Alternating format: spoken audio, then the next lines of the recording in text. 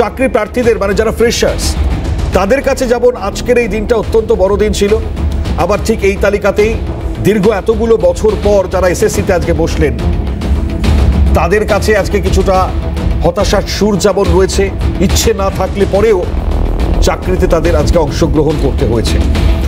এখন একটা এমন পরিস্থিতির মধ্যে দাঁড়িয়ে যেরকম চাকরি প্রার্থীরা আজকে পরীক্ষায় বসেছেন, এটা যেমন একখানা অবশ্যই বড় চ্যালেঞ্জের জায়গা, আরো বড় চ্যালেঞ্জ বা দায়িত্ব যেটা সামলেছে হয়তো এসএসসি। আপাতত নির্বিঘ্নে হয়েছে যে পরীক্ষা এসএসসির নবম দশমের এই নিয়োগ পরীক্ষা, তাতে ইতিমধ্যে তারা বিজ্ঞপ্তির মাধ্যমে তারা প্রকাশও করেছেন। তো এরপর 7-এর পর 14 রয়েছে, অর্থাৎ একাদশ দ্বাদশের সেই পরীক্ষায় খুব স্বাভাবিকভাবেই কোনো বিতর্ক হয় কিনা তা তো অবশ্যই দেখবেন। কিন্তু আজ যে পরীক্ষা হলো 634টি কেন্দ্রের এসএসসি পরীক্ষা, সেখানে দাঁড়িয়ে ছোটখাটো কিছু বিক্ষিপ্ত ঘটনা যা ঘটেছে তা সামগ্রিকভাবে মিটিয়ে ফেলা হয়েছে তৎক্ষণাৎ। যখনই খবর সামনে এসছে তার পরবর্তী সময় তা তৎক্ষণাৎ মিটিয়ে ফেলা হয়েছে। নবান্নের তরফেও আপনারা জানেন যে আগে সাংবাদিক বৈঠক করা হয়েছিল, প্রশাসনিক স্তর থেকে যে কড়া নিরাপত্তা সেটা যেমন প্রদান করা হয়েছিল। তো সামগ্রিক একটা পরিস্থিতি, গুরুত্ব যার ওপর ভর করে আজকের পরীক্ষা হয়ে গেছে। কারণ এ কারণেই হয়তো সব থেকে বড় জায়গা ছিল দাগি মুক্ত হবে কি নিয়োগ, এই যে একটা প্রশ্ন। ইতিমধ্যেই যে দুর্নীতির গোটা জাল যা ইতিমধ্যে বিস্তার করেছে এবং তাকে দূরে সরিয়ে রাখতে পারবে কিনা এসএসসি, এই যে একটা প্রশ্ন এখনো পর্যন্ত, সেই প্রশ্নটা কিন্তু এখনো রয়েই যাচ্ছে। অনেকের মধ্যেই এই অনিশ্চয়তাও কাজ করছে। আমরা কিছু বক্তব্য শুনলাম আজকে যারা চাকরি প্রার্থীরা এসেছিলেন পরীক্ষা দিতে, যে তারা এখনো কিন্তু ভরসা রাখতে পারছেন না আদেও তারা পরীক্ষা যে দিলেন তা দুর্নীতি সেটাতে হবে কিনা, এই প্রশ্ন এখনো জিয়ে রয়েছে। ফলত এই পরীক্ষা বাতিল হবার কোনো সম্ভাবনা নেই তো আবার, এটা একটা আরো বড় প্রশ্নের জায়গা। কারণ আমরা মোটামুটিভাবে আজকে বেশ কিছু বক্তব্য কিছুক্ষণের মধ্যে আপনাদের সামনে তুলে ধরবার চেষ্টা করব। খুব গুরুত্ব রাখবে বিকাশ রঞ্জন ভট্টাচার্য, তার বক্তব্য অবশ্যই গুরুত্ব রাখবে ক্ষেত্রে ফিরদৌস শামীম আইনজীবী, তার বক্তব্য। যে প্রশ্নের জায়গাগুলো আজও রয়েছে একইভাবে, তাতে এই আবহ বা যে যে যে পরিস্থিতিটা এখনো যে পরীক্ষা বাতিল হবে না, তো এটা কিন্তু জিয়ে থাকছে। তো আমি এই অনুষ্ঠান শুরু করছি, একই সঙ্গে দাঁড়িয়ে ছবিগুলো আপনাদেরকে দেখালাম। আমি একটু এই বক্তব্যটা নিয়ে শুরু করি, কারণ আজকে মেহবুবরাও তারা আজকে পরীক্ষা দিয়েছেন। খুব স্বাভাবিকভাবেই তিনি যোগও দেবেন আমাদের এই প্যানেলে, আমাদের এই অনুষ্ঠানে আজকে আলোচনায়। তাদের মুখ থেকেও যে বক্তব্যগুলো আমরা শুনতে পারছিলাম, কারণ 31শে ডিসেম্বর একটা এমন এক পরিস্থিতির মধ্যে দাঁড়িয়ে একটা সামাজিক একটা প্রেক্ষাপট এক্ষেত্রে রয়েছে। যারা পরীক্ষায় বসবেন না বলেছিলেন প্রথমে, তারা পরীক্ষায় বসেছেন। এরকম যদি কেউ থেকে থাকেন পরীক্ষায় বসেননি, সেই 31শে ডিসেম্বর পর্যন্তই মেয়াদটা তাদের থাকছে। পরীক্ষায় যদি উত্তীর্ণ না হতে পারেন তাহলে পরে এই সামাজিক প্রেক্ষাপটটা একটা বড় প্রেক্ষাপট। ফলত অবশ্যই পরিস্থিতির গুরুত্ব আজকে বিচার করতে হবে আমাদেরকে, অনেকগুলো বিষয় যা আলোচনা করব আমরা। তো শুরুটা করি আমি এখনো যে প্রশ্নটা বড় প্রশ্নের জায়গা।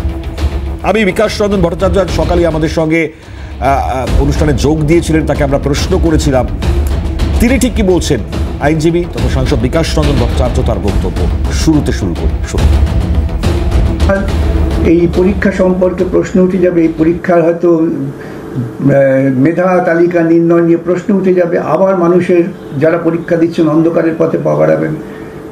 ইতিপূর্বে কলকাতা হাইকোর্টে ও স্কুল সার্ভিস কমিশন হলফনামা দিয়ে নির্দিষ্ট করে বলতে পারেননি যে কত এইরকম দুর্নীতিমূলক নিয়োগ হয়েছে। সুপ্রিম কোর্টে তারা প্রচুর সুযোগ তাদের দেওয়া হয়েছিল, তাও তারা কিছু দেখাতে পারেননি। কেন? গোটা প্রক্রিয়াটাই দুর্নীতির ওপর দাঁড়িয়ে আছে। নিয়োগ প্রক্রিয়ায় প্রথম পশ্চিমবঙ্গের বুকে শুরু থেকেই দুর্নীতি হয়েছে। আমরা তো গর্ব করে বলতে পারি ইতিপূর্বেও তো পশ্চিমবঙ্গের সরকার বারবার তারা এসএসসি পরীক্ষা নিয়েছে, নিয়োগ হয়েছে প্রতি বছর। এমন তো নয় যে আমাদের পরিকাঠামোয় স্বচ্ছতার সঙ্গে কাজ করা যায় না।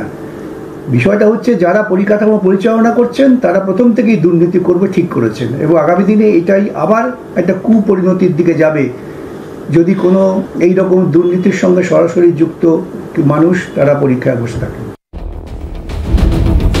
অত্যন্ত গুরুত্ব রাখে দুর্নীতিগ্রস্তদের যে তালিকা স্কুল সার্ভিস কমিশন দিয়েছে তা অসম্পূর্ণ। এবারে চাকরি প্রার্থীদের ভিড়ে কোনো দুর্নীতিগ্রস্তরা লুকিয়ে রয়েছেন কিনা, অর্থাৎ যারা দুর্নীতিগ্রস্ত তারাও পরীক্ষা দিয়েছেন, যদি হয় এমনটা তাহলে তো বাতিল হবে, তার দায় স্কুল সার্ভিস কমিশনকে নিতেই হবে। তো এই বক্তব্য যেমন খুব ইম্পর্টেন্ট, ফিরদৌস শামীম গতকাল যে বক্তব্য আপনাদেরকে শুনিয়েছিলাম ফিরদৌস শামীমের, এই বক্তব্যটাও খুব ইম্পর্টেন্ট জায়গা, কারণ তিনি প্রশ্ন তুলছেন এই গ্রুপ সি ও গ্রুপ ডি দাগিদের তালিকা প্রকাশ কেন করা হলো না, এই যে ইন্টেনশনের জায়গাটা। গ্রুপ সি গ্রুপ ডির দাগিদের মধ্যে আবার কেউ নতুন নিয়োগ পরীক্ষায় বসবেন না তো, এর দায়ভার তাহলে পরে তো নিতে হবে। তো এই ক্ষেত্রে দাঁড়িয়ে তার বক্তব্যটা ইম্পর্টেন্ট, এটা শোনাই আমি ফিরদৌস শামীমের বক্তব্য শোনাই। যে এসএসসি চেয়ারম্যান আজকে সাংবাদিক সম্মেলন করলেন, সেই এসএসসি চেয়ারম্যান এখনো পর্যন্ত গ্রুপ সি গ্রুপ ডি যে দাগিদের তালিকা সেটা কেন প্রকাশ করলেন না? এই গ্রুপ সি গ্রুপ ডি দাগিদের মধ্যে কেউ আবার এই নতুন নিয়োগ প্রক্রিয়ায় বসে যাবে না তো? এর দায়ভার কে নেবে? মানে আদালত বলবে, আদালতের কাছে একটা করে থাপ্পড় খাবেন, তারপরে আপনি প্রকাশ করবেন। নবম দশম একাদশ দ্বাদশ প্রকাশ করলেন, গ্রুপ সি গ্রুপ ডি কেন প্রকাশ করলেন না? তাহলে গ্রুপ সি গ্রুপ ডি কেউ নবম দশম একাদশ দ্বাদশে বসছে কি বসছে না সেটা আপনি জানবেন কি করে? যে যদি এই নিয়োগ প্রক্রিয়া স্বচ্ছতা চান, তাহলে স্বচ্ছতার সঙ্গে বলুন যে কি কি দুর্নীতি আপনারা আগে করেছিলেন এবং সেই দুর্নীতিগ্রস্তদের তালিকা স্পষ্ট করে বলতে গেলে তার আগে যদি উনি চাইতেন যে এই নিয়োগ প্রক্রিয়া কলুষ মুক্ত হোক, তাহলে কলুষযুক্ত তালিকা, প্রতিটি তালিকা গ্রুপ সি গ্রুপ ডি নবম দশম একাদশ দ্বাদশ 4টে তালিকায় প্রকাশ করে দিতেন। উনি ইচ্ছাকৃতভাবে এটা করেননি, না করে এই যা বোঝা যাচ্ছে তাতে অনেকটা পাথওয়ে তৈরি করে রাখছেন। একদিকে ছবি সিগনেচারের সেখানে কিছু ডিসপিউট, সেটা একটা পাথওয়ে। এই যে গ্রুপ সি গ্রুপ ডির এই যে তালিকা প্রকাশ না করে বেসিক্যালি এই পরীক্ষা কন্ডাক্ট করা, সেটা আর একটা পাথওয়ে। এই পাথওয়ে গুলো কিন্তু আপনি ক্রিয়েট করে রাখতেন, এবং শুধু তাই না, আজকে প্রশ্ন এড়াচ্ছেন। আজকে প্রশ্ন থেকে মুখ লুকালে কিন্তু ভবিষ্যতে কিন্তু অন্য কারণে মুখ লুকাতে হবে। সুপ্রিম কোর্টের যে নির্দেশ, সেই নির্দেশকে অমান্য করা হবে। এবার এইটা তালিকা প্রকাশ করলো না, বসে গেলে তার দায় কার? এবার আমরা তো মামলা করবো মঙ্গলবারে, তার দায় কিন্তু আপনাকেই নিতে হবে। আমরা তো মামলা করব মঙ্গলবারে, তার দায় কিন্তু আপনাকে নিতে হবে। শেষ একেবারে এই সংক্ষিপ্ত জায়গাটাও খুব ইম্পর্টেন্ট, কি হবে এরপর তাহলে পরে। যারা উপস্থিত রয়েছেন আজকে প্যানেলিস্ট আমি পরিচয় করাই, আমাদের সঙ্গে সুপ্রিয় ঘোষ বিজেপি মুখপাত্র, তিনি উপস্থিত, সুপ্রিয় তাকে স্বাগত। একই সঙ্গে অনির্বাণ ব্যানার্জি আইনজীবী, তিনি উপস্থিত রয়েছেন, অনির্বাণ স্বাগত। রয়েছেন সুস্মিতা বিশ্বাস কংগ্রেস মুখপাত্র, সুস্মিতা দি স্বাগত। চাকরিহারা পরীক্ষার্থী তিনি উপস্থিত হবেন কিছুক্ষণের মধ্যে, অবশ্যই পরিচয় করিয়ে দেবো। আমি শুরুটা করি অনির্বাণ দা আপনাকে দিয়ে। অনির্বাণ দা, কি মনে হলো, দাগমুক্ত হবে নিয়োগ? যেহেতু আইনের জায়গাটাও খুব ইম্পর্টেন্ট, এখানে প্রশ্নের জায়গা আসছে, এ পরীক্ষাও বাতিল হবে না তো? কি মনে হচ্ছে গোটা আজকের এই ছবিটা দেখবার? না দেখুন, যারা অন্যভাবে নেবেন না, যদি শকুন হয় সে সবসময় চাইবে গরু যাতে মরে যায়, সে তো চাইবে না একটা গরু সুস্থ সবলভাবে ঘাস টাস খেয়ে দিব্যি থাকুক, আরও বাছুর তৈরি করে, সে চাইবে না, সে চাইবে গরুটা প্রথমেই মরে যাক, সে সেখানে গিয়ে বসে খুঁড়ে খুঁড়ে মাংস খাবে। ফিরদৌস দা আমার অত্যন্ত প্রিয় সিনিয়র কলিগ, কিন্তু ওর কথা শুনে আমার যেটা মনে হলো, এই যে আমরা তো মঙ্গলবার মামলা করবো, বিষয়টা হচ্ছে যে মামলার যে ট্রেলটা, এটা শুরু হয়েছিল হচ্ছে গুটি কয় ব্যক্তি যারা মনে করেছিলেন যে তারা যোগ্য কিন্তু বঞ্চিত, তারা যাতে নিজেরা চাকরিটা পান সেই আর্জি নিয়ে কার্যত আইনজীবীদের দ্বারস্থ হয়েছিলেন, মূলত বিকাশবাবুর দ্বারস্থ হয়েছিলেন। তারপর সেখানে বাকি সিপিএমের যারা নেতা আইনজীবী রয়েছেন তারা ইনভলভ হন। চাকরি তো তারা পানইনি, বা এক দুজন যারা পেয়েছিলেন তাদেরটাও বাতিল হয়েছে, এবং তার সঙ্গে সঙ্গে যারা যোগ্য এবং চাকরি করছিলেন গোটাটাই বাতিল হয়ে গেছে। অর্থাৎ এই যে মামলা করব যে হুমকিটা বা যে আস্ফালনটা ফিরদৌস একটু আগে করলেন, এর মধ্যে পেশাগত দায়বদ্ধতা কতটুকু আছে আর রাজনৈতিক উচ্চাকাঙ্ক্ষা কতটুকু রয়েছে at the cost of livelihoods of thousands of people, সেইটা ভাবার যথেষ্ট অবকাশ রয়েছে। সেই প্রশ্নের জায়গাটা ভীষণভাবে রয়েছে, কারণ যাদেরকে একটা সময়ের পরে ওনারা দাগি, চোর, দুর্নীতিগ্রস্ত ইত্যাদি বলেছেন, মানে যারা চাকরি করছিলেন তাদের হয়েই এক সময় তারা যে মামলাও করেছিলেন, বা তাদের মতো কিছু মানুষজনের হয়ে, সেই ছবি দুরকম ছবি আমরা দেখেছি। আন্দোলনের মঞ্চ ইত্যাদি যারা সেখানে উপস্থিত হয়েছেন, পরবর্তীকালে তাদেরকেই তারা দুর্নীতিগ্রস্ত বলছেন, এইসব আমরা দেখেছি। অনুষ্ঠানে যেহেতু ফিরদৌস দা নিজে উপস্থিত নেই, আমি তাকে নিয়ে বেশি কথা বলবো না, কিন্তু মূলত আমি সিপিএম এর তো হলফনামা দিয়ে সরকারই বলেছে দুর্নীতি হয়েছে সেই জায়গাটায় 2016 সাল জায়গা থাকে, অবশ্যই থাকে। কেন থাকে? কারণ বিরোধিতার জায়গা থেকে আপনি শুধুমাত্র পেশাগত দায়বদ্ধতার কথা মুখে বলবেন, কিন্তু কার্যক্ষেত্রে আসলে রাজনৈতিক পুঁজিটাই আপনি সংগ্রহ করার দিকে মন দিয়েছেন। তাতে আপনার যিনি মক্কেল বা যারা আপনার মক্কেল, তাদের কোনো লাভের লাভ তো হলোই না, কোনো সুরাহাই হলো না, তাদের উল্টে ক্ষতি হয়ে গেল। এইটা একজন পেশাদার আইনজীবী হিসেবে আমি মনে করি এটা খুব একটা উচিত কাজ হয়নি। দ্বিতীয়ত রইল রাজনীতির লড়াইয়ের যে জায়গাটা, 100 বার বিকাশবাবু তৃণমূল কংগ্রেসের বিরোধী দল করেন, সিপিএম এর সাংসদ তিনি, তার যারা অনুগামী তারাও সিপিএম এর হয় নেতা বা সমর্থক ইত্যাদি, তারা তৃণমূল কংগ্রেসের বিরোধিতা করবেন, দুর্নীতির প্রশ্নে তাকে আক্রমণ করবেন, যা যা তাদের প্রতিবাদ আন্দোলন করবেন, সেটা নিয়ে আমার আলাদা করে কিছু বলার নেই। 2016 সময় থেকে যে দুর্নীতির প্রসঙ্গ উঠেছে, তার জন্য পার্থ চট্টোপাধ্যায় জেলে গেছেন, তাকে দল থেকে বহিষ্কার করা ইত্যাদি, এই দায়, রাজনৈতিক দায়ভার যেটা বলুন তৃণমূল কংগ্রেসকে নিতে হয়েছে, তৃণমূল কংগ্রেস নিয়েছে। তার রাজনৈতিক লাভ ক্ষতি ইত্যাদি ভোটের অঙ্ক যা আছে সেটা অন্য কথা, কিন্তু যারা এই পরীক্ষার্থী আজকে পরীক্ষা দিলেন, তাদের গোটা পরীক্ষা প্রক্রিয়াটা, তাদের গোটা পরিশ্রমটা যাতে বাতিল হয়ে যায়, কার্যত সেই কামনা করা এবং গিয়ে আমি আবার একটা মামলা করে দেখছি কিভাবে তারা চাকরি পায়, এর মধ্যে কোথাও একটা শকুনের দৃষ্টিভঙ্গি রয়েছে, এটাকে আমি খুব পজিটিভ ভাবে নিতে পারলাম। আমি বুঝলাম। আমি সুস্মিতা দিয়ে আসছি, আমি একটু সুপ্রিয়দার কাছে আসি, আমি তারপরে আপনার কাছে আসবো। কিন্তু এর মধ্যে একটা খুব গুরুত্ব রাখে, অনেকের মধ্যে যে অনিশ্চয়তা কাজ করছে এখনো, যে তারা ভরসা রাখতে পারছে না আদৌ পরীক্ষাতে কোনো দুর্নীতি হবে না। তো এটা আমরা বলছি না, যারা চাকরি প্রার্থীরা আজকে গিয়েছিলেন তারাই আজকে বলছেন, এর মধ্যে ফ্রেশার্সও রয়েছেন যারা কিন্তু বলছেন। এই পরবর্তীতে এই প্রতিক্রিয়াগুলো আপনাদেরকে শোনাবো। আমি সুপ্রিয়দার কাছে আসি ঠিক এই জায়গায়। সুপ্রিয়দা, যেটা অনির্বাণদা বলার চেষ্টা করি, মানে এটা তো ওরকম না আমি গেলাম মামলা করে দিলাম। আজকে যে কারণে সমস্ত কিছু সামনে আসলো, আজকের আর তালিকাও প্রকাশ হলো টেন্টেডদের, সবই তো চাপে পড়ে পরবর্তী সময় সেই পরিস্থিতি সামনে আসলো, তারপরেও এতগুলো শুনতে হবে, এর দায়ভারটা তাহলে কার? প্রথম কথা হচ্ছে, মামলা করতে চাইলে কেউ মামলা করতে পারেন, এটা না মামলা না করার কিছু নেই, কিন্তু মানে এটা বোঝা উচিত, যেহেতু একই প্রফেশনের আমাদের সকলেই আমরা, যে মামলার যদি কোনো মেরিট না থাকে সেই মামলা তো প্রথমেই খারিজ হয়ে যাবে। যদি আমি ধরে নিই যে শকুনের চোখ রেখে দিয়ে ফিরদৌস শামীম এই ধরনের মানুষেরা যারা আছেন, উকিলরা বা বিকাশবাবুরা, তারা গিয়ে মামলা করলেন, তা মামলার যদি কোনো মেরিটই না থাকে তা প্রথম দিনই তো খারিজ হয়ে যাবে, প্রথম দিনই রিজেক্ট হয়ে যাবে। তাহলে যখন রিজেক্ট হয়নি, নিশ্চিতভাবে সেখানে কোনো ইনপুট ছিল, এবং ছিল, এটা তো সর্বজন গৃহীত। আমরা তো গোটা চ্যাপ্টারটা দেখলাম গত 2 বছর ধরে একটা মামলা হাইকোর্ট থেকে সুপ্রিম কোর্ট থেকে আবার ব্যাক করে হাইকোর্ট, তারপরে যা যা রায় হয়েছে। এখন বিষয় হচ্ছে আপনার যে বক্তব্য, সেটা হচ্ছে ভরসা রাখতে পারবে কিনা। কী করে ভরসা রাখবে?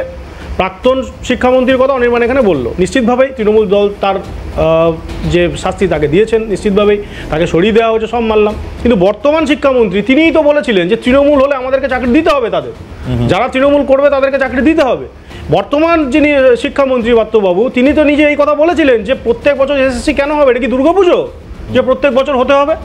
আজকে অদ্ভুতভাবে একটা উল্লাস তৃণমূলের পক্ষ থেকে দেখতে পাচ্ছি, বা তৃণমূল কংগ্রেসের সরকারের কিছু অংশ এবং দলের পক্ষ থেকে উল্লাস দেখতে পাচ্ছি। দেখুন, বিহার থেকে এখানে পরীক্ষা দিতে এসছে, উত্তরপ্রদেশ থেকে, মানে কাজ নেই, পশ্চিমবঙ্গে পরীক্ষা দিতে মানে কর্মসংস্থান এখানে আছে। আমি বলি ভাই, কত বড় নির্লজ্জ বেহায়া হতে পারলে 9 বছর ধরে তোমরা এখানে কোনো মানে পরীক্ষা নিতে পারোনি, তোমরা এখানে লাফালাফি করছো। এটা তো অল ইন্ডিয়া বেসিসের সার্ভিস, পরবর্তী জায়গা।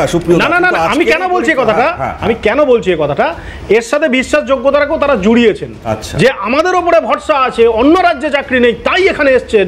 ডাক্তার কুণাল ঘোষ এটা বলেছেন, এবং ডক্টর কুণাল ঘোষের বক্তব্য শুনে যে উৎফুল্লতা তার মধ্যে দেখতে পাচ্ছি, আমি বুঝতে পারছিলাম যে তিনি ঘুরিয়ে সরকারকেই হচ্ছে বিচ্ছেন, কারণ আমরা ডক্টর বলি ওনাকে, তো উনি সব বিষয়ে জ্ঞানী, তো তাই তো সুতরাং উনি যে বিষয়টা বলেছেন সেখানে উনি ঘুরিয়ে সরকারকেই দিচ্ছেন।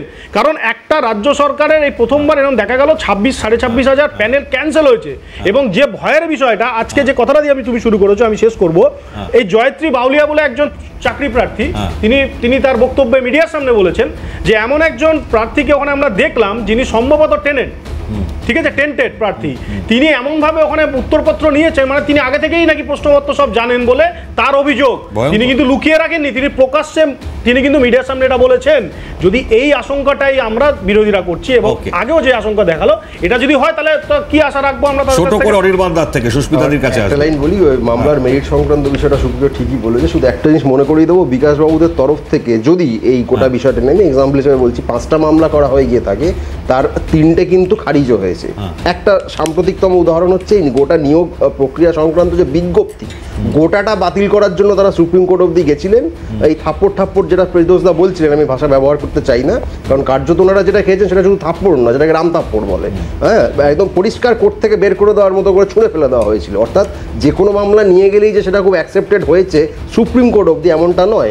হাইকোর্টের ক্ষেত্রে অন্যরকমভাবে আমি বলতে চাই না, কিন্তু নির্দিষ্ট কিছু বিচারপতি যারা পরবর্তীতে বিজেপি সাংসদ হচ্ছেন, এখন যারা রয়েছেন আগামীতে হয়তো সাংসদ হতে চাইছেন, এরকম কিছু ঘরে যতটা প্রেফারেন্স বিকাশবাবুরা পান সব ঘরে কিন্তু সেটা পান না। সেটা সুপ্রিম কোর্টের ক্ষেত্রে আমরা গিয়ে দেখেছি, যে কারণে ওই অবধি গিয়ে বহু মামলা তাদের খারিজ হয়ে গেছে। দ্বিতীয় কথা বলি, গোটা প্রক্রিয়ায় প্রায় 3,20,000 পরীক্ষার্থী আজকে অংশগ্রহণ করেছেন।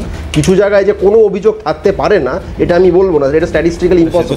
কিছু অভিযোগ এসছে, কিন্তু সার্বিকভাবে মোটের ওপর যে শান্তিপূর্ণ পরীক্ষা হয়েছে, এতে সুপ্রিয়র ব্যক্তিগতভাবে বলছি না, তার দলের বা বিকাশবাবুদের দলের যে রীতিমতো অসুবিধা হচ্ছে, হজমের গন্ডগোল হয়ে যেতে পারে, সেটা আমরা বুঝতে পারছি। চলো ঠিক আছে, সুস্মিতাদের কাছে আসবো।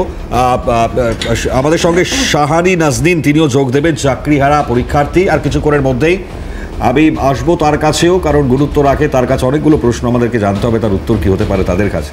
একটা দ্রুত বিরতি নিচ্ছি, বিরতির পর ফিরছি। ফিরলাম বিরতির পর। আর যে আলোচনার জায়গায় খুব স্বাভাবিক, এখনো প্রশ্ন, যে পরীক্ষায় বসলেন প্রত্যেকে, কারণ 9টা বছর পর প্রথমত মানে 2016 এসএসসি পরীক্ষা, যা বিস্তর দুর্নীতির পরবর্তীতে এবারের পরীক্ষা 9টা বছর পর, এতেও যদি এবারের পরীক্ষা নিয়েও যদি প্রশ্ন উঠে যায়, তাহলে পরে অবশ্যই প্রশ্ন উঠে যাবে কি হলো আমার রাজ্যে, কি হচ্ছে তার সামগ্রিক অবস্থাটা নিয়ে। আমি শাহানি নাজনীন আমাদের সঙ্গে রয়েছেন, চাকরিহারা পরীক্ষার্থী। আপনাকে স্বাগত জানাই, আপনার কাছে আসবো। আবার সুস্মিতাদির কাছে যাওয়ার কথা ছিল, সুস্মিতাদিকে একটু আমি বলছি বিরত থাকতে, কারণ সুস্মিতাদি অনেকগুলো বিষয় নিয়ে বলবেন। আমি আসছি সুস্মিতাদি, তার আগে নাজনীনের কাছে আসি। আপনি পরীক্ষাও দিয়েছেন, কিন্তু আমার কাছে বড় প্রশ্ন তা হচ্ছে যে প্রেক্ষাপট। আপনারা এমনিতেও কালো ব্যাচ পরে আজকে প্রতিবাদ দেখিয়েছেন, পরীক্ষা হলে গিয়েছেন, কিন্তু যে সামাজিক প্রেক্ষাপটে 31শে ডিসেম্বর অবধি আপনাদের যে শেষ মেয়াদ, অনেকেই পরীক্ষা দেবেন না বলেছিলেন, যদিও পরীক্ষায় বসছেন। যারা দেননি পরীক্ষা তো ছেড়ে দিলাম আমি, সে 31শে ডিসেম্বর পরীক্ষা ক্যান্সেল হলো। আর যারা দিলেন, উত্তীর্ণ হতে পারবেন না, তাদেরও সামাজিক দায়বদ্ধতা থেকে অনেক প্রশ্নের মুখে পড়তে হবে। তো কি অবস্থা দেখলেন আজকের এই পরীক্ষা দেওয়ার পর, কি বলবেন? আজকে আমরা তো বাধ্য হয়ে পরীক্ষা দিলাম, মানে কোনো অপশন নেই আমাদের হাতে। রাষ্ট্রশক্তির সাথে, বিচার ব্যবস্থার সাথে, সুপ্রিম কোর্টের সাথে আমরা তো পেরে উঠছি না। আমাদের ন্যায্য দাবি ছিল, সেগ্রিগেশন হয়ে যাওয়ার পরেও আমাদের সম্মানটুকু আমরা ফিরে পেলাম না। এখন আবার বাধ্য করা হলো পরীক্ষায় বসার জন্য। পরীক্ষায়ও বসলাম, জানি না এর পরবর্তীতে কি হবে। মানে সত্যি এটা আলটিমেটলি আমাদের কোনো সলিউশন এনে দিতে পারবে কিনা জানি না। এবং তার থেকেও একটা বড় প্রশ্ন, যারা ধরুন এই পরীক্ষাতে উত্তীর্ণ হতে পারবেন না, যারা, তাদের কি হবে? ইনক্লুডিং মি, আমিও হতে পারি, জানি না সেটা, তো এরকম আরো অনেকে থাকতে পারে। আমার হয়েছে মোটামুটি পরীক্ষা, যাই হোক সেটা পরের কথা। কিন্তু সবাই, হ্যাঁ, অনেকে পরীক্ষা দেওয়ার মতো অবস্থাতে নেই, এমনও তো অনেকে আছে। তো তাদের কি হবে? তার পরবর্তীতে তাদের নিজের দোষে তো চাকরিটা যায়নি, তো তাদের সেই সম্মান বা সেই চাকরিটার কি হবে, সেটা একটা বিরাট বড় প্রশ্ন থেকে যাচ্ছে। যে এই পরীক্ষাটাকে সত্যিই সবকিছু সলিউশন করে দিতে পারবে, সেটাও আমাদের একটু দেখার আছে। আমাদের যে কতজন যোগ্য শিক্ষক শিক্ষিকারা যারা ছিলেন, তারা যেন প্রত্যেকে এখানে আবার পুনরায় ফিরতে পারে। পরীক্ষায় বসতে বাধ্য করা হয়েছে, সবাই বসেছে, এবং পরবর্তীতে সেই সলিউশন কিভাবে আমাদের আবার পুনরায় ফিরিয়ে দেওয়া যায়। অনেকটা, যদিও এটা অনেকটাই মানে মানসিকভাবে যন্ত্রণার ব্যাপার ছিল যে আবার পরীক্ষায় বসতে বাধ্য করাটা, তা সত্ত্বেও আমরা দিয়েছি, ঠিক আছে, দিলাম। তারপরে এবারে পরবর্তীতে কিভাবে এবারে ফেরাবেন, এবার আপনাকে দেখতে হবে। মানে এবার আপনাকে দেখতেই হবে। এখনো অনেক জায়গায় মানে জটের পরিস্থিতির জায়গায় অনেকে প্রশ্ন তুলছেন। আমরা কিছুক্ষণ আগে বক্তব্য শোনাচ্ছিলাম, ফিরদৌস শামীমের বক্তব্য আমরা শুনলাম।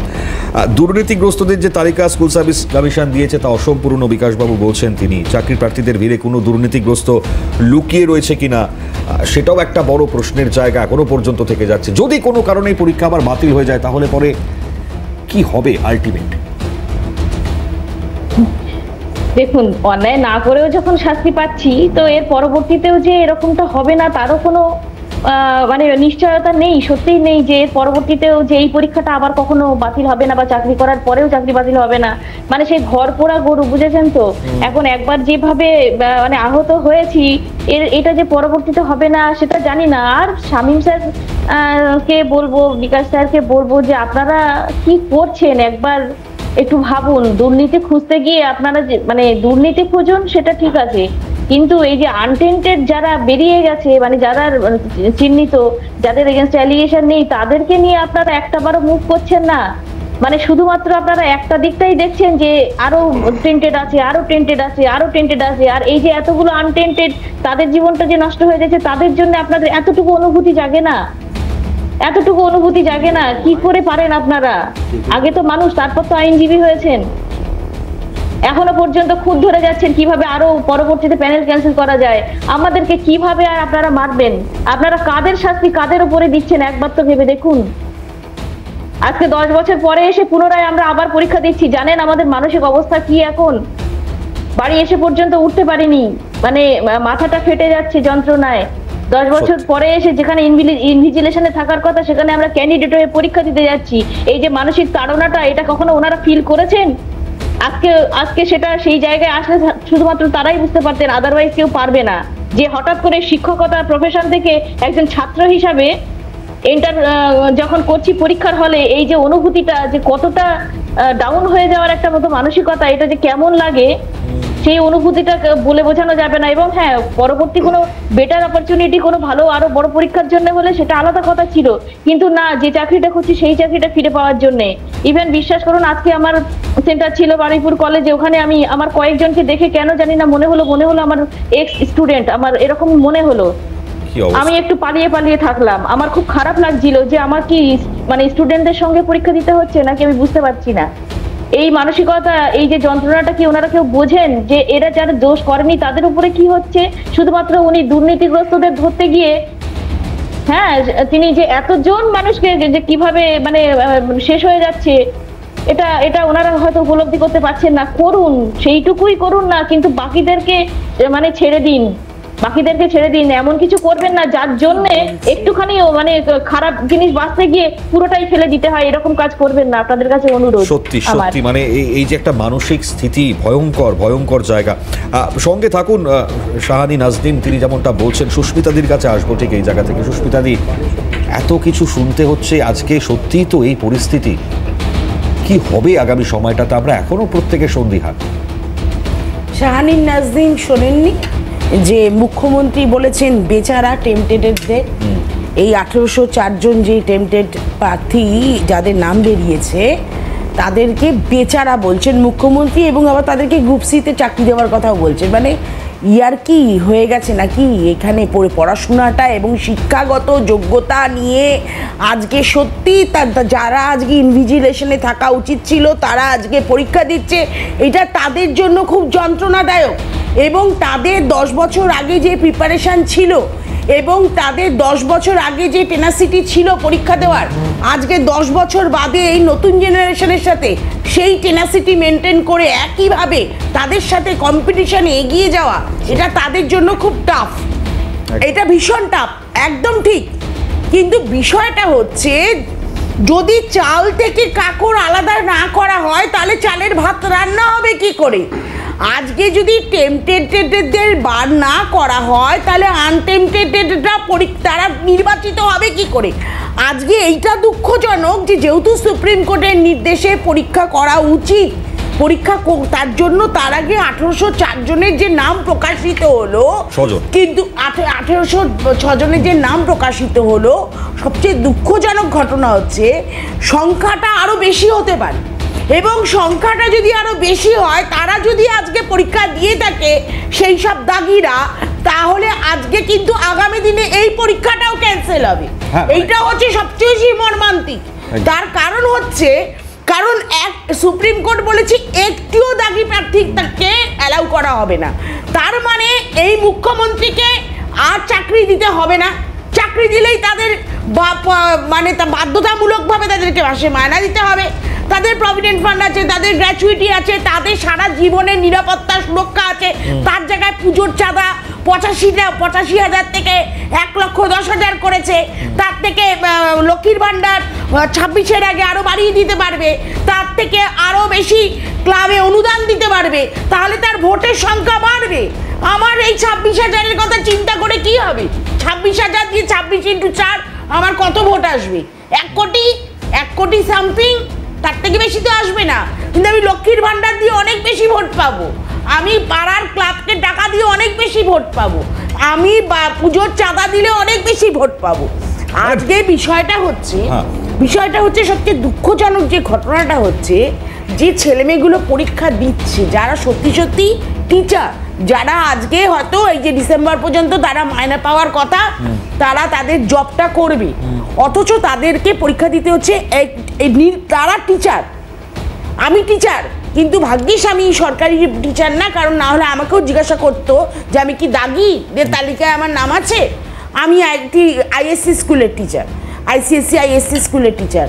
আমারও আজকে খারাপ লাগতো যদি আমাকে গিয়ে আবার আজকে আমার স্টুডেন্টদের সাথে পরীক্ষায় বসতে হতো।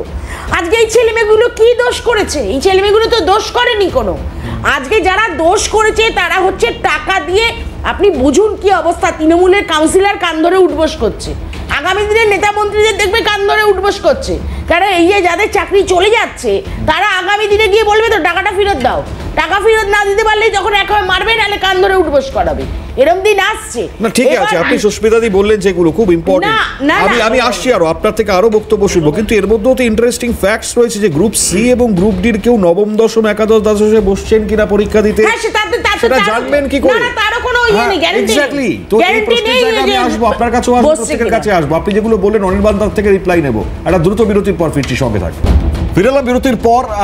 অবশ্যই মানে যে অবস্থানে দাঁড়িয়ে যেটা সুস্মিতা দিও বলছিল, এই যে শাহানা নাজনীনদের মতন আজকে যারা হয়েছেন, আজকে যারা পরীক্ষা দিলেন, এই যে 10টা বছর ধরে যেটা বলছিলেন আপনি ম্যাডাম, আমি আপনার কাছে আরও একবার আসি।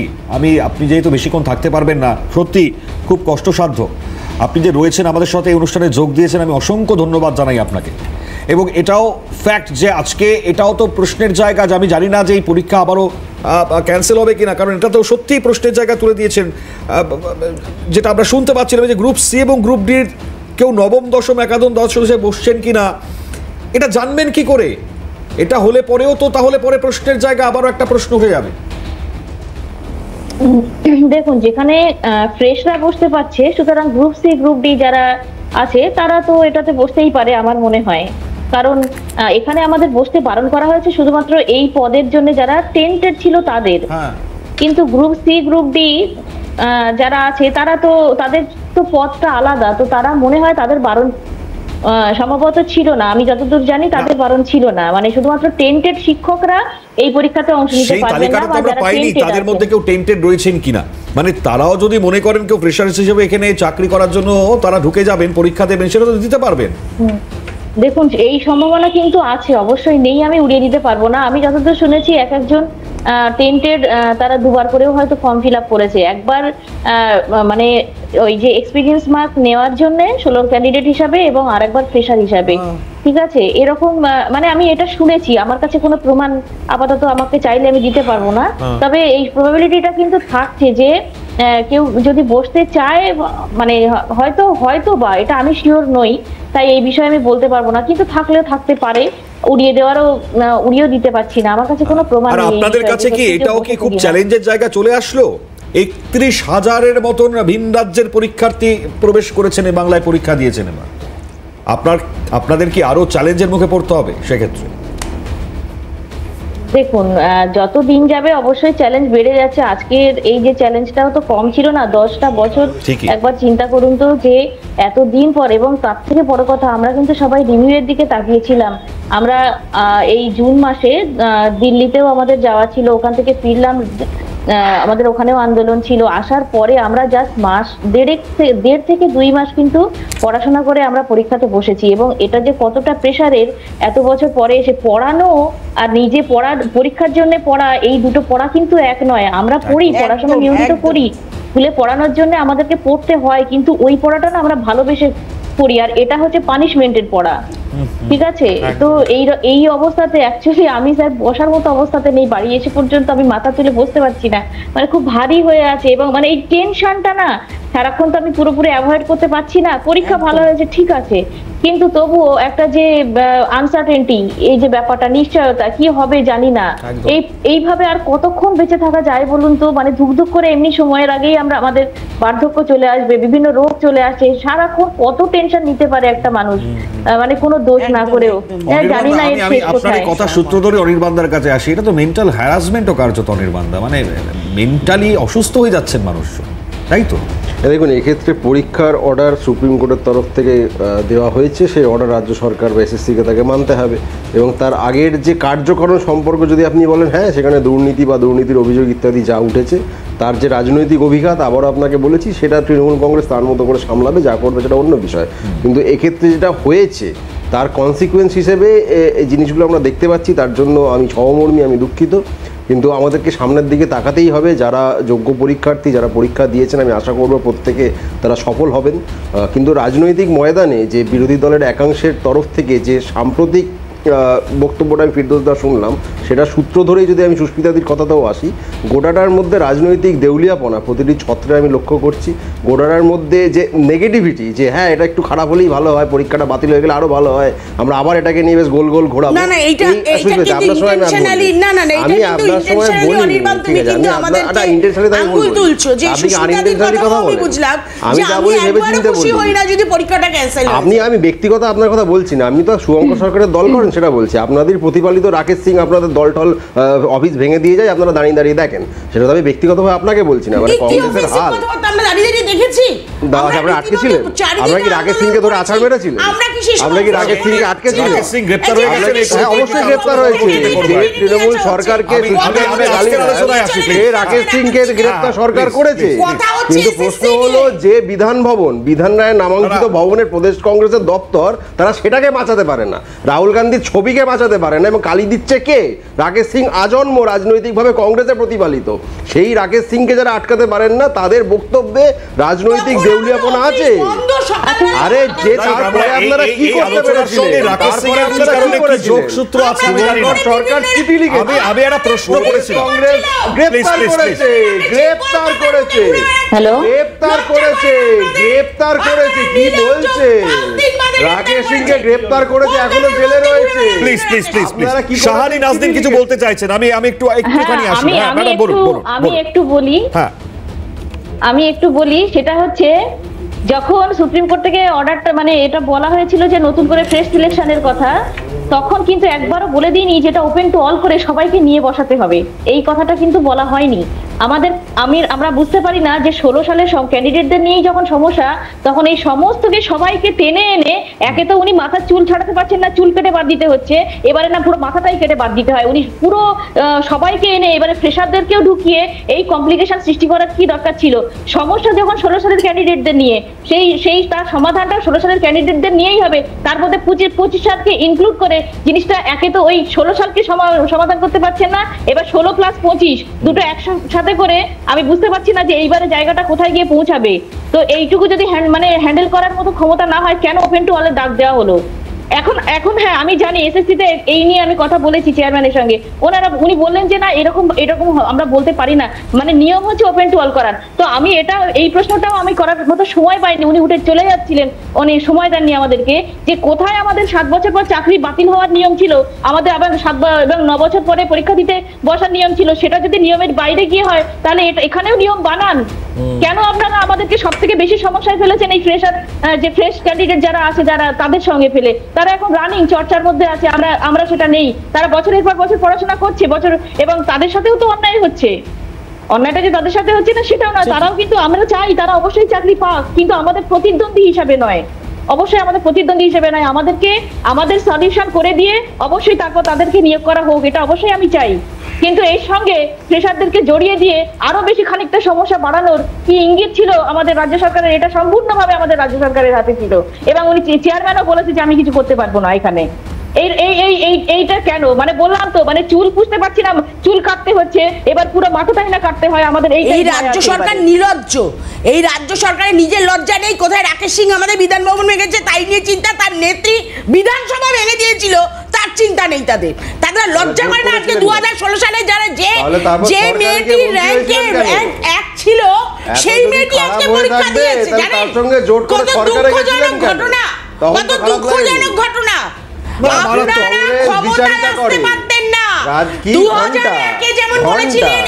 আপনারা সিপিএম এর সঙ্গে জোট করেন, রক্তমাখা ভাত, সুস্মিতাদি, রক্তমাখা ভাত মনে আছে? রক্তমাখা ভাত, আপনি রক্তমাখা ভাতটা জানেন? সাইবাড়ি জানেন? বিকাশ ভট্টাচার্য এখনো প্রত্যেক বছর সাইবাড়ি নিয়ে পোস্ট করে, বিকাশ ভট্টাচার্য এখনো প্রত্যেক বছর সাইবাড়ি নিয়ে পোস্ট করে, মানে সমর্থন করে। বিকাশ ভট্টাচার্য সাইবাড়ি রক্তমাখা ভাতকে সমর্থন করে। আজকে যাই হোক, ঝামেলা তর্ক বিতর্ক এগুলো হচ্ছে, কিন্তু এই গোটা পরিস্থিতির জন্য দায়ভার বা দায়ী কে, এটা তো বড় প্রশ্ন। সুপ্রিয়দার কাছে আসবো আমি। সুপ্রিয়দা, বহুবার আলোচনা করেছি এর দায়িত্ব দায়ভার কার উপর বর্তায়, বহুবার বলেছেন আপনারাও, কিন্তু এই যে একটা অবস্থা, এটা তো মেন্টাল একটা স্টেট যার মধ্যে দিয়ে ম্যাডামরা যাচ্ছেন, এটা তো সত্যি একটা ভয়ঙ্কর। আমি শাহানিকে অসংখ্য ধন্যবাদ জানাবো। শাহানি নাজনীন, আপনি এতক্ষণ সময় দিয়েছেন, অসংখ্য ধন্যবাদ। আপনার এই প্রশ্নগুলো নিয়ে আমরা একটু চর্চায় যাই, অসংখ্য ধন্যবাদ জানিয়ে আমি সুপ্রিয়দার কাছে আসবো ঠিক এই জায়গা থেকে দাঁড়িয়ে। কারণ এই যে টেন্টেডদের মধ্যে অবশ্যই যারা বসেননি, কিন্তু যারা আজকে যোগ্য তাদেরকেও আজকে ফ্রেশার্সদের সঙ্গে একই সঙ্গে দিয়ে যে প্রশ্নটা ম্যাডাম করলেন, এটাও তো খুব উল্লেখযোগ্য। দ্রুত আসবে একটা বিরতি, আমাকে যেহেতু নিতে হচ্ছে, আমি বিরতির পর সুপ্রিয়দার কাছ থেকে শুরু করবো, এক্ষেত্রে সঙ্গে থাকবেন। বিরতির পর হাল্লা বলে খুব স্বাভাবিকভাবে একটা ছবি, যেটা একেবারে প্রথমেই যে ছবিটা হয়তো সুপ্রিয়তা বলবার চেষ্টা করেছিলেন এক্ষেত্রে দাঁড়িয়ে। দেখুন, এই 31,000 যে ভিন রাজ্যের পরীক্ষার্থী যারা আজকে এই বাংলায় এসছেন, পরীক্ষা দিয়ে গেছেন, এখন এই ডাবল ইঞ্জিনের রাজ্যে শিক্ষক নিয়োগ অধারা, মানে বারবার এই ডাবল ইঞ্জিন সরকার শুনি আমরা। তো সেই সরকার এখনো পর্যন্ত যে বড় চ্যালেঞ্জের মুখোমুখি হবেন না তার কি গ্যারান্টি রয়েছে? খুব স্বাভাবিক, মানে যে রাজ্য থেকে এসছে তার মধ্যে গুরুত্ব রাখে আমরা যোগী নীতিশের রাজ্য দেখতে পেয়েছি, আবার ঝাড়খণ্ড এক্ষেত্রে দাঁড়িয়ে রয়েছে খুব স্বাভাবিকভাবে, অর্থাৎ বিহার, উত্তরপ্রদেশ, ঝাড়খণ্ড, সেখান থেকে প্রায় 31,000 সংখ্যাটা নেহাতি কম নয়।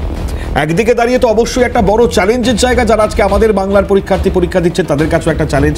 হিন্দিভাষী যারা রয়েছেন তারা আবার এটাও অভিযোগ করছেন যে প্রশ্নপত্র বাংলা ভাষায় হয়েছে, হিন্দি ভাষায় হয়নি। তো এটাও যেমন একটা বড় বিষয় রয়েছে, তার সঙ্গে সঙ্গে দাঁড়িয়ে অনেকগুলো বিষয় আমরা শুনতে পেলাম শাসক দলের তরফ থেকে। তারাও বলছেন স্বাভাবিক যে গোটা ভারতের লোক বাংলায় ছুটে আসছে, কারণ বাংলায় পরীক্ষাটা হয় এবং ঠিকঠাক হয়। আর এরা বলছে উত্তরপ্রদেশ, রাজস্থান ইত্যাদি জায়গায় নাকি জুমলা সরকার রয়েছে। এটা শাসক দলের মন্তব্যের জায়গা। যাই হোক, আমি একটু শোনাই যারা আজকে এসছেন ভিন রাজ্য থেকে পরীক্ষা দিতে, ছোট ছোট করে কয়েকজনের বক্তব্য শুনুন। बंगाल में परीक्षा देने के लिए क्यों आना हुआ? वहाँ पे एक्चुअली मतलब कोई वैकेंसी नहीं थी, तो यहीं पे हम लोग को आस थी कि यहाँ पे जो था टीजीटी का एग्ज़ाम के लिए है, लेकिन बहुत लेट हो गया है, एग्ज़ाम नहीं समय से हो रहा है वहाँ का यूपी का। कितनी साल एग्ज़ाम नहीं हुआ? फॉर्म हमारा डला है यूपी का 22 वाला डला हुआ है, लेकिन अभी एग्ज़ाम नहीं हुआ। इसका वो क्लियर गारंटी नहीं है। गवर्नमेंट नौकरी मिलता है? गवर्नमेंट मिलता है, लेकिन टीचर वाला वैकेंसी है जो टाइम से नहीं निकल रही। मेरा टीजीटी का पेपर है, टीजीटी का पेपर है, इसलिए देने आए हैं। अभी टीचर तो पहले जो 72,000 वाला था मायावती सरकार में निकला था, उसके बाद 69,000 वाला निकाले एक बार, तब से 4 साल बंद हो गया। करीब 11 में निकला था, 2011 में निकला था, तब से वैकेंसी एक बार आई 69,000। 2018 में तब से कोई वैकेंसी नहीं दी है।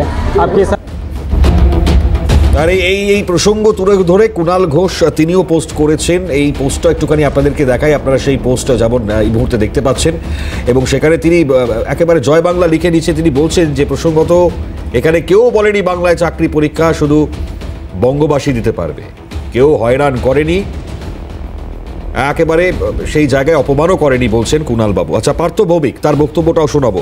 সাংসদ পার্থ ভৌমিক তার বক্তব্য এই প্রসঙ্গে তিনি কি বলছেন শুনুন। রাজ্যের ছাত্রছাত্রীদের বাংলার মাননীয় মুখ্যমন্ত্রী মমতা ব্যানার্জির উপরে আস্থা আছে। রাজ্য থেকে প্রচুর মানুষ বাংলায় এসে কর্মসংস্থান করে এবং তারা শান্তিতে আছে। তা বন্দ্যোপাধ্যায়ের রাজত্বে সমস্ত ধর্মের মানুষ, সমস্ত ভাষাভাষীর মানুষ, সমস্ত সম্প্রদায়ের মানুষ সুরক্ষিত। যেটা বিজেপি শাসিত রাজ্যে বাঙালিরা সুরক্ষিত নয়।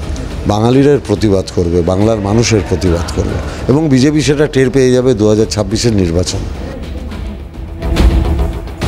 তাহলে আমার প্রশ্ন সুপ্রিয়দা, তবে কি ভরসা নেই ডাবল ইঞ্জিন সরকারে? মানে ডাবল ইঞ্জিন সরকার তো বলা হয়, প্রতিবার বলেন, আপনারাও বলেন, তো এই যদি ছবি হয় তাহলে কি বলবেন? প্রথম কথা হচ্ছে যে এই যারা টুইট করছে অতি উৎসাহী উৎফুল্ল, মানে সকাল থেকে আমি প্রথমেই বললাম যে এত আনন্দ মানে কবে যে শেষ দেখতে পেরেছি, মানে আমরা মানে আপ্লুত আর কি। মানে প্রথম কথা হচ্ছে বিহারের কথা এখানে বলা হচ্ছে, উত্তরপ্রদেশের কথা বলা হচ্ছে। প্রথমত বাংলার এই যে এসএসসির যে এই পরীক্ষা, এটা অল ইন্ডিয়া বেসিস করা হয়েছে, নোটিফিকেশান যেটা জারি হয়েছিল। তো অল ইন্ডিয়া বেসিস করলে আমরা দেখেছি, আমরাও পশ্চিমবঙ্গ থেকে অনেক জায়গায় চাকরির জন্য আমরা আবেদন করেছিলাম এর আগে, যেতেই পারি। 2016 সালের বলছি, 2016 সালের আপনি 31,000-এর কথা আজকে বলছেন, 2016 সালের যদি চাকরি প্রার্থী দেখেন তাহলে এই সংখ্যাই বাইরে থেকে এসেছিল, এর কাছাকাছি কম বেশি। হ্যাঁ, প্রত্যেক জায়গাতেই এটা হয়। বিহারেও যদি আজকে কোনো রিক্রুটমেন্ট হয়, বাংলা থেকেও অনেক মানুষ তারা বলছেন কোথায় চাকরি, ওখানে কাজের সুযোগ কম। দ্বিতীয় কথা, আরে সুপ্রিম বলতে এই যে ন্যাশনাল ওয়াইজ এ পয়সা খাওয়া হয়েছে। দ্বিতীয় কথা, আমি একটা ইম্পর্টেন্ট কথা বলছি, সুস্মিতা দি এখানে কমেডি করো না। দ্বিতীয় কথা হচ্ছে যে যে নিজেই হাসছে, মানে নিজে কমেডি করেছে, এটা বুঝতে পারছে। সিরিয়াস আলোচনা করছি, প্লিজ। কমিটি কি করেছি? তুমি কমেডি করো না, ঠিক আছে? এক নম্বর কথা। দুই নম্বর কথা হচ্ছে বিহারে, আমি বলছি তোমার প্রশ্নের উত্তরেই আসছি, লাস্টে বলবো আমি। শুনে 2016 সাল থেকে 2025 সাল অবধি বিহারে 8 বার এই এক্সাম হয়েছে। এই তথ্য আছে তোমাদের কাছে নিশ্চয়ই, না থাকলে নিয়ে নাও। 2016 থেকে 2025 অবধি উত্তরপ্রদেশে 7 বার এই নিয়োগের পরীক্ষা হয়েছে, 5 বার নিয়োগ হয়েছে। দুটো আরে ওটাই তো বলতে যাচ্ছি, তুমি আগেই বলে দিই, আমি সেটা বলছি। পেপার লিকের ঘটনা একবার, আর তার আগের একটা এক্সামের হোল্ড হয়ে রয়েছে, মানে উত্তরপত্র এবং তার নিয়োগ প্রক্রিয়া। বিহারে 7 বার হয়েছে, 1 বার হোল্ড হয়ে রয়েছে। এগুলো কেউ কিন্তু বলছে না। তার মানে কোথায় কন্টিনিউ মানে হচ্ছে তোমার এক্সামগুলো হয়? ডবল ইঞ্জিন সরকারের রাজ্যে। আর এখানে 9 বছরে 1 বার হলো, তাও সুপ্রিম কোর্টের রায়। তাতে এত নাচানাচি কি? যারা সুস্মিতাদির পোস্টের একটাই আমি খালি মানে উত্তর বলছি, সুস্মিতাদি এত হঠাৎ করে কমেডি করতে গেল কেন জানি না। 400 জনের, যতদূর আমরা দেখেছি 400 জনের, 400 জন, হ্যাঁ 400 জনের, হ্যাঁ হ্যাঁ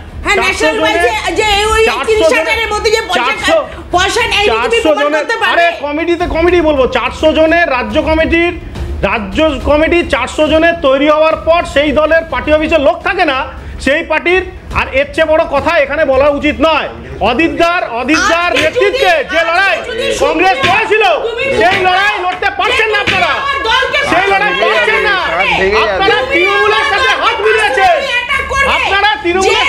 মিলিয়েছেন, এবং শুভঙ্কর বাবু, আজকে তোমায় বলছি মণিময়, তোমাকে আমি বলে দিচ্ছি, এই শুভঙ্কর সরকার তৃণমূলের কাছে ভিক্ষা চেয়ে একটা সিট নেবে এবং মন্ত্রী হওয়ার জন্য আবেদন করবে। তুমি লিখে নাও, এই শুভঙ্কর সরকার একটা সিট জিতবে, আর 5খানা সিটের জন্য 400 জন লড়াই করবে।